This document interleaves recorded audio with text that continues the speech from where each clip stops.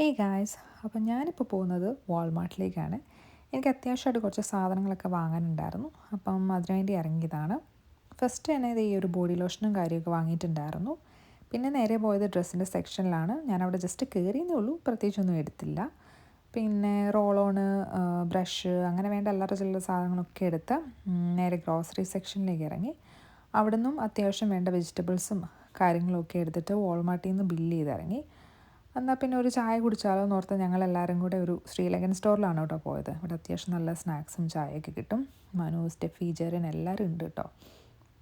അപ്പോൾ പിന്നെ ഞങ്ങൾ ഓർത്ത് എന്നാൽ ജസ്റ്റ് അടുത്തുള്ള പാർക്കിൽ എവിടെയെങ്കിലും പോയി ഒന്ന് കുറച്ച് നേരം ചില്ല് ചെയ്യാമെന്നൊക്കെ ഓർത്ത് അങ്ങനെ ഞങ്ങൾ പോയത് സെൻറ്റ് ലോറൻസ് പാർക്കിലാണ്. വണ്ടിയിലിരുന്ന് വട്ടത്തിനും പൊട്ടത്തിനും ഒക്കെ പറഞ്ഞ് അവസാനം അവിടെ എത്തി.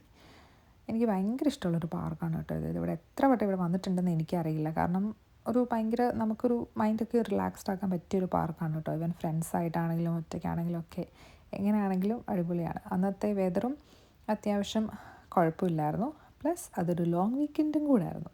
അപ്പോൾ മൊത്തത്തിലേ ഒരു ചില്ല് വൈബായിരുന്നു.